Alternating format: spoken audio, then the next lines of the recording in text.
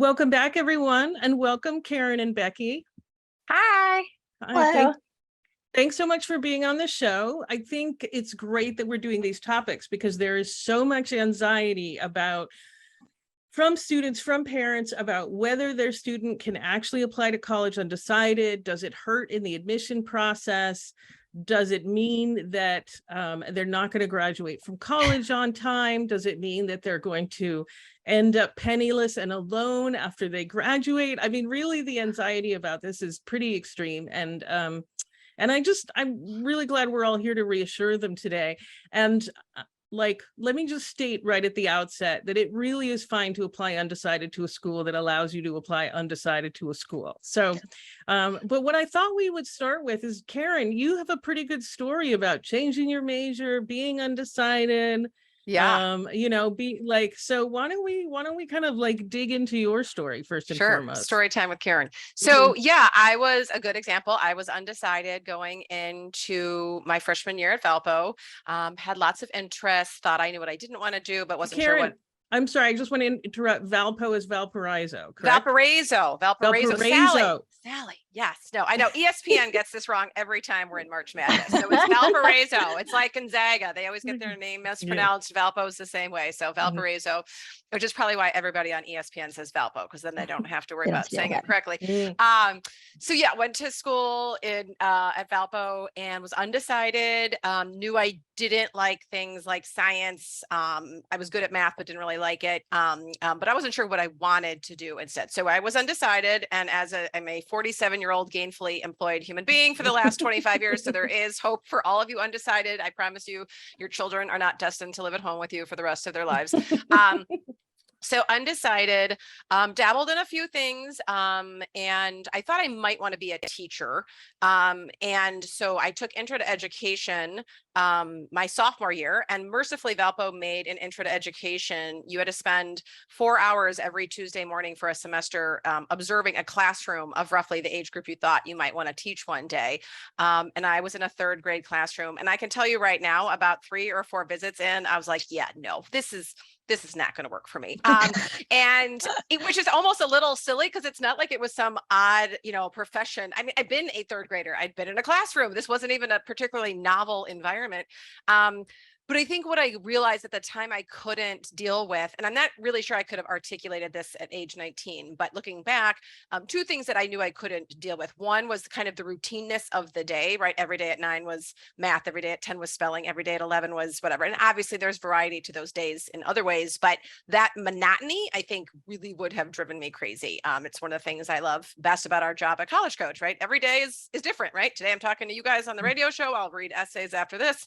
Tomorrow I'm giving a webinar, right? So I needed more variety to my day. And I think I also realized I didn't like the lack of agency that I feel like teachers have, right? If I wanted to go get a cup of coffee, I just wanted to go get a cup of coffee, right? Or if I want to go to the bathroom or do whatever I want to do, I don't want to have to find someone to watch my kids and go, I just didn't I felt a little trapped.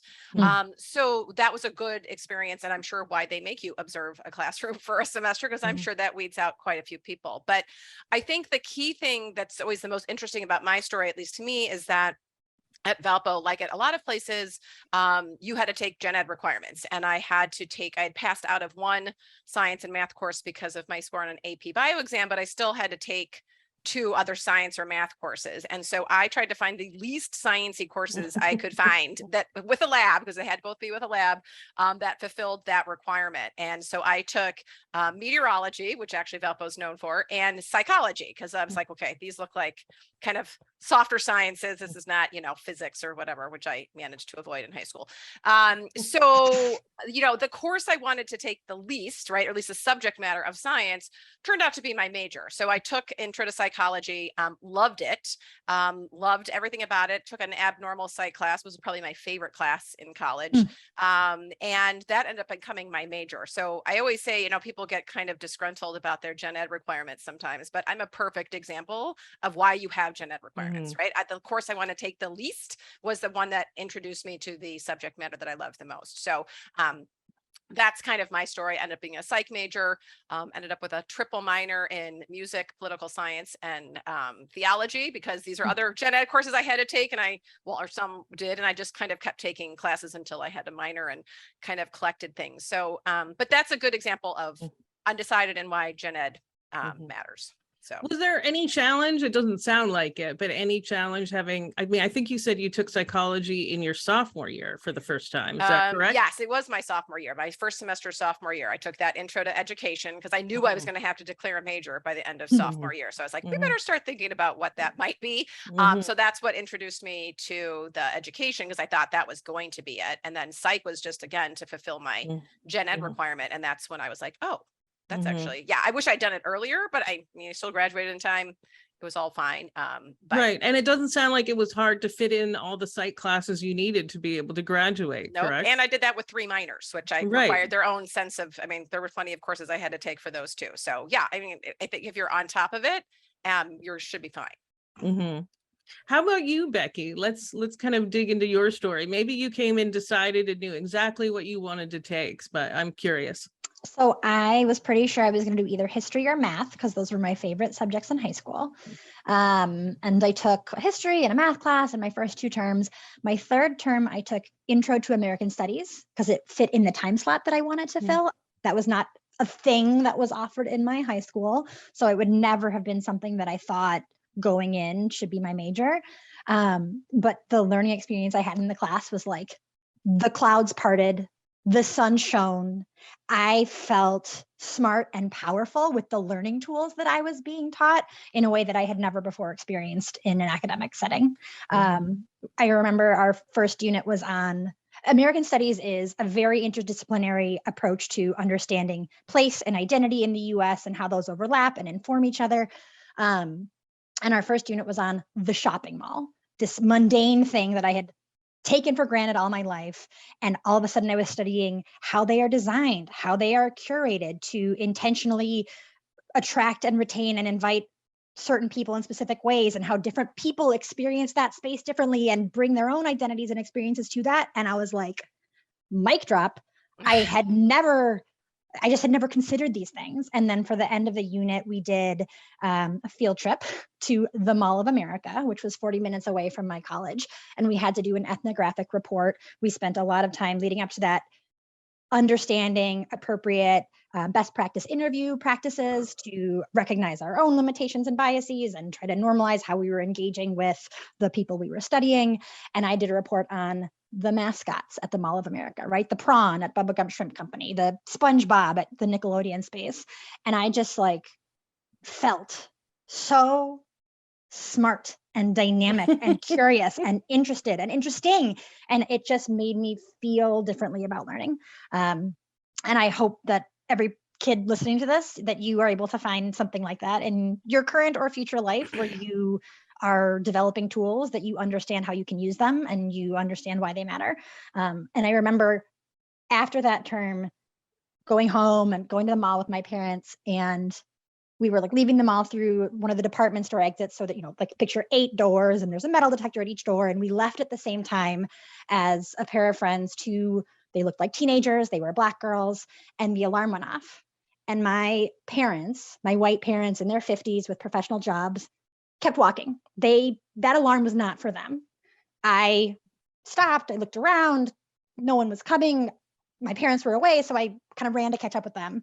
And when I got to the car and looked back, the 2 Black teenagers were still standing there.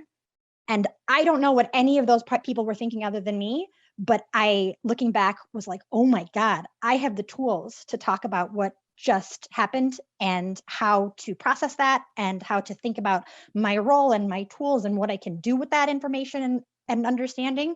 And I just felt smart in a way I was not used to feeling smart. And I think about that a lot, about the first time I felt like I was learning because I wanted to be able to better understand versus learning for a grade or learning for something that was asked of me.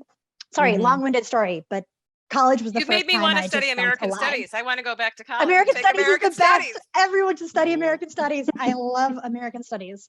Mm-hmm. And so this really does, like, let's go back and kind of highlight this again, that even though you came in with an idea of what you wanted to do, Becky, you were still exposed to something new. Karen, you were exposed to new things. You will have opportunities in college that you have not had in high school. So choosing your major in high school is really a pretty tough thing to do. And I think that really explains why, what is it like when you, I think the studies that we've looked at say that when you compare to the major that students put on their application, right, to what they end up graduating with, it's like 50 to 80% of the time it's different, Yep. depending on the And college. my Yeah. favorite fact, I know, Sally, you and I discussed this, and I remember, I think it was in the Chronicle of Higher Education, that people who changed their major actually were more likely to graduate on time. Mhm. And so I think that's also a common fear. And actually, evidence shows that's actually not a concern. In fact, the Mm. concern should be the other direction. So Right. Yeah. I mean, just to kind of an anecdote that I think will work well for this. When I worked at Whittier, there was a student who was one of our interns in the office, very smart, very capable, and she was pre-dental, like biology major, pre-dental. And then in her last year, she took a film class and basically said, "Oh my God, this is what I want to do," and completely changed her mind. But because she hadn't sort of tried out, because she'd really had blinders on the whole way through, in spite of the fact that honestly she had doubts, and maybe because she had doubts, she was sort of almost purposefully not exposing herself to stuff she thought she might like. She only came upon this in her senior year. And I just remember feeling quite badly for her that it took that long, because, you know, Whittier actually had a decent film department. There was a lot of stuff she could have been doing in those years. And she took advantage to the extent possible in her last year, like went to the Oscars and filmed there, like, you know, managed to kind of like do some pretty cool stuff. But yeah, it was quite late. yeah. That's why I always say, like, explore early, even in high school, right? That's what your electives are for, right? If you have a psych course or a business course, or, you know, again, the high school does not offer the breadth of opportunity, right? The college does for sure. But if something interests you, be it a film class, right? That's what electives are for too, right? You don't always get a lot of choice in what your core curriculum courses are sometimes, but your electives are yours. So, you know, if you've got that opportunity or an outside experience, right? A summer camp, a week long, you know, thing on architecture, right? Great. That's a little bit of exposure. And again, a little exposure can go a really long way, right? I mean, again, 3 times in a teaching, right? And in my intro to education, and I was like, yep, nope, that's not going to happen. So, right. But I just saved myself 4 years and potentially, right, a lifetime of doing a job I would not have enjoyed. So I think the more exposure students can get, be it in the classroom, be it outside of the classroom, you know, and I think too, and I don't mean to take you in a direction you didn't mean to go, Sally, but I was thinking about like the 3 of us, right? So much of what you end up doing for a living, right? Often is not always related to what you study anyway, right? The most transformative reason or the most informed reason I am you know, I work in college admissions is because I was a tour guide in college, right? Not really anything to do with my major to some degree, right? I have a master's degree in counseling and education. So yeah, education, I was in the right field. I was in the right genre. I just was in the wrong kind of subspecialty. But being a tour guide highly influenced that decision as well, right? I don't think any, you know, kindergartner, when they're like, what do you want to be when you grow up, says, you know, firefighter, police officer, or admissions officer. I mean, nobody says that, right? Like nobody thinks of that as a job.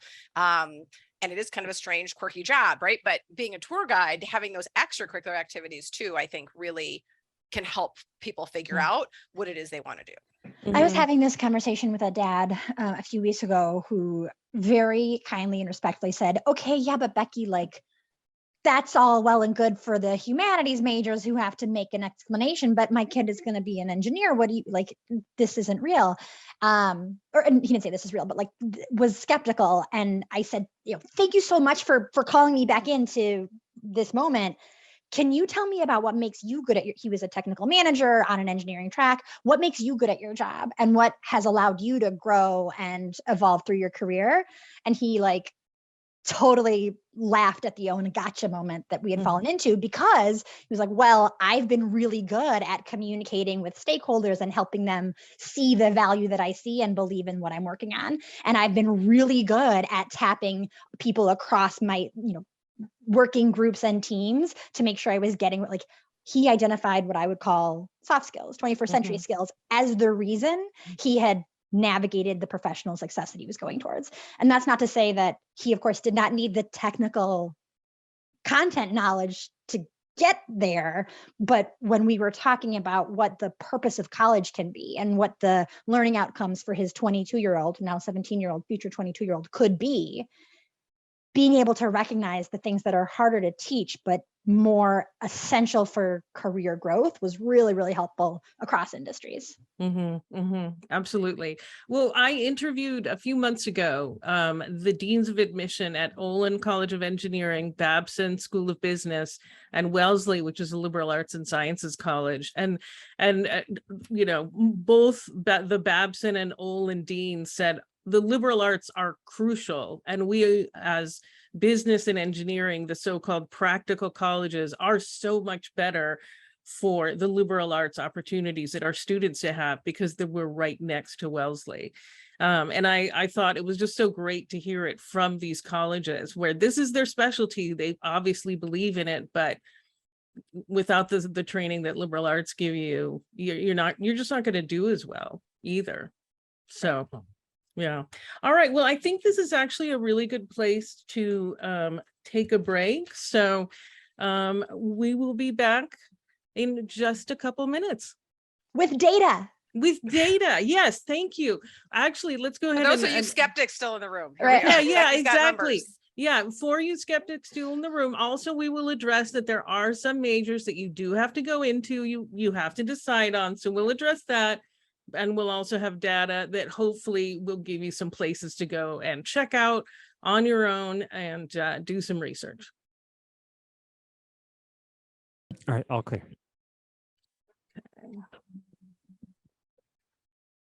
Who was the first person? I missed who the first person was today.